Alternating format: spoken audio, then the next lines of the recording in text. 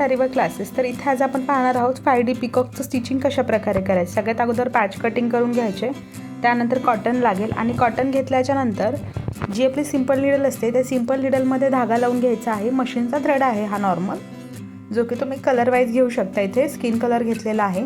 तर आता हे जे दोन पॅच आपण एकावरती एक असे पकडले आहेत, तर सगळ्यात अगोदर एका पॅचमधून निडल बाहेर काढायची. आपल्या साईडला निडल घेतली म्हणजे काय होते, नॉट आतमध्ये हाईड होते. आता धागा आपल्या साईडला वर आला, तोच धागा आता दोन्ही पॅचमधून जी साईडला चेन केलेला आहे तिथून खाली घ्यायचा. म्हणजे हे पूर्ण साईडने स्टिच करायचं आहे. ज्या साईडला आता खाली धागा घेतला, खालून सुई वर घ्यायची. असं करत कंटिन्यू हे पूर्ण स्टिच करायचं. आता देन वरून निडल परत खाली टाकायची. निडल खाली गेली व्यवस्थित, आता ही फिक्स झाली आहे. सो आता असंच हे तुम्हाला कंटिन्यू अर्धा पॅच स्टिच करायचा आहे, पूर्ण स्टिच करायचा नाही. आणि स्टिचेस अगदी जवळजवळ घ्यायचे. जेवढं तुम्हाला पॉसिबल असेल त्यानुसार तुम्ही स्टिचेस घेऊ शकता. हे आपलं 5D पिकॉकची फक्त बॉडी आहे. याचे पॅचेस देखील आपण पुढे कंटिन्यू करणार आहेत. सो इथे आता हा पॅच स्टिच होत आहे. स्टिचेस अगदी जवळ आणि खूप छोटे छोटे घ्यायचे आहेत, जेणेकरून धागा वरती दिसला गेला नाही पाहिजे.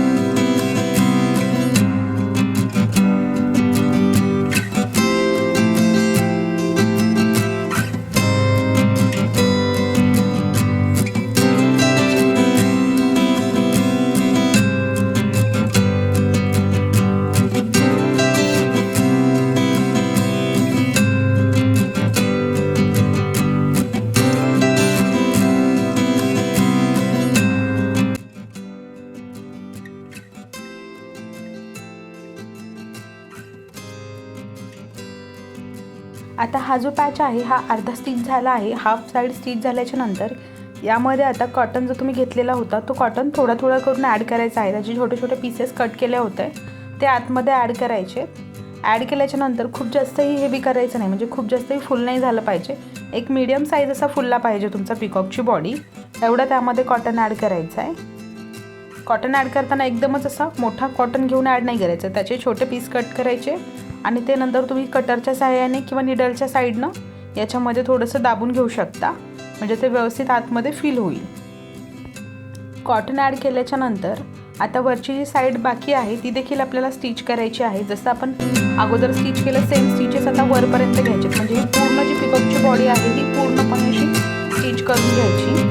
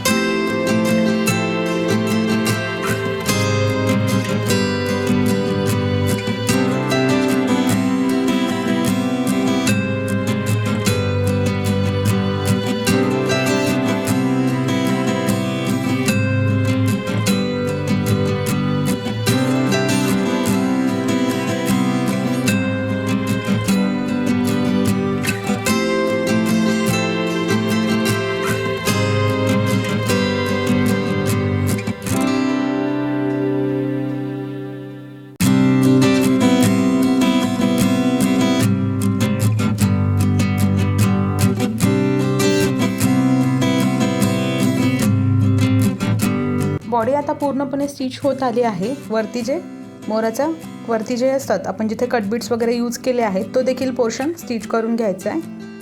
स्टिच करून झाल्याच्या नंतर आपण याला खाली ठेवून कपड्यावरती अटॅच करणार आहोत. तुम्ही जिथे ब्लाऊज वर्क करताय, सपोज तुम्ही बॅकनेकला करताय, स्लीव्जला हा पिकॉक सेट करताय, त्या साईडनं तुम्ही घेऊ शकता. आता ही पिकॉकची बॉडी जी आहे ती रेडी पूर्णपणे झाली आहे.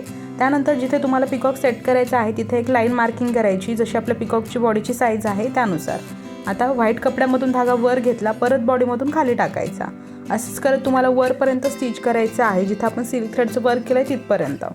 कंटिन्यू व्हाईट कपड्यामधून धागा वर काढायचा, पिकॉकची बॉडी जी आहे तिथून निडल परत खाली टाकायची. असं करत ही तुम्हाला बॉडी वन साईड स्टिच करून घ्यायची आहे. म्हणजे आता आपण राईट साईडनं स्टिच करत आहोत, नंतर लेफ्ट बाजूने पण सेम स्टिच करायचं आहे. कंटिन्यू धागा वर परत खाली. आता इथं देखील सेम तेच, व्हाईट कपड्यातून धागा वर आला, देन स्टिच खाली घेतला. असं करत हे कंटिन्यू स्टिच करायचे. आणि जिकडे आपण साईडनं केली होती का आउटलाईनसाठी डबल स्टिच, तिथूनच घेत आहोत. बऱ्याचशा स्टुडंटला कन्फ्युजन होतं की बॉडीच्या आतमध्ये म्हणजे आपण जिकडे बीट्स वर्क वगैरे केलं आहे तिथं नाही, साईडनं जी आउटलाईन केली तिथून निडल खाली जाणार. असं हे बॉडी आपली फिक्स झाली आहे. आता बॉडी फिक्स झाल्याच्या नंतर याचे पॅच सेट करायचे आहेत. तर पॅच सेट करताना इथे आपण सिंगल राऊंड पिकॉक करत आहोत. तर याच्यामध्ये हे पॅचेस तुम्हाला व्यवस्थित ठेवून घ्यायचे आहेत. अगोदर तर पॅच ठेवून घेतले. पॅच ठेवून घेताना पण लक्षात घ्यायचं आहे की आतमध्ये थोडासा ग्लू लावायचा आणि नंतर ते पॅच सुई धाग्याने स्टिच करायचे आहेत. यावरती देखील आपण व्हिडिओ नक्कीच अपलोड करू, ज्याच्यामध्ये की तुम्हाला 5D पिकॉकचे जे साईडचे पॅचेस आहेत ते कशा पद्धतीने स्टिच करायचे हे पाहणार आहोत. तर व्हिडिओ कसा वाटला लाईक करा, कमेंट करा आणि चॅनलला सबस्क्राईब देखील नक्की